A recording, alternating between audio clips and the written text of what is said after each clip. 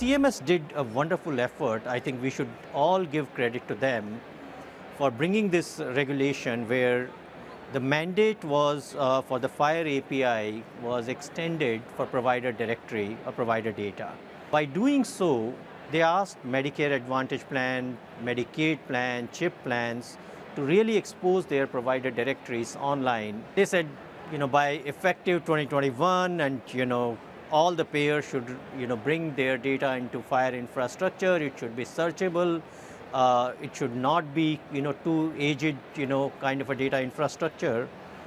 Now, what that means for provider organization, that now most of the payers have brought their data into FHIR infrastructure. Now that data is searchable. Now provider community can better engage with that information, find out a discrepancy more easily, and remediate that. The problem still exists. Nobody had a meaningful use case to really use that FHIR exposed infrastructure, okay, and find out that discrepancy and have an automated system which can really take care of that discrepancy. And that's the gap which we are filling in. Okay, so Santech comes in with solutions which can really look into that infrastructure, keep making an automated call, bring the data, compare it with what it should be, and then say, hey, there is a discrepancy I'm identifying, and you should do something about it. We're talking a lot about the problem in healthcare today, and before I jump into some of the solutions that Neeraj was talking about, I just want to ask the question, what other industry could you say that 35% of the information you have and what you're using that for is inaccurate? Could you imagine, if it was a credit card company, you were making charges and they came back and said, well, we can't find the last 3 charges you made. We only have 2 of them. Would we accept that as consumers? No, we wouldn't.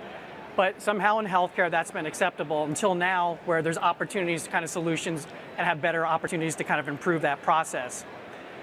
So right now, think about the power of a solution where a provider office can have a direct API interface into the payer, have certain fields designed where they're going to pull that information back and do that in a real-time fashion to be able to check their information to make sure that it's accurate. How much more efficient could that practice be by having that capability? And then, an example of Mr. Prime, where we kind of check it against Blue Cross and Blue Shield, you'll know real time, hey, these fields are missing, these things aren't accurate, we need to work on that, we need to fix it.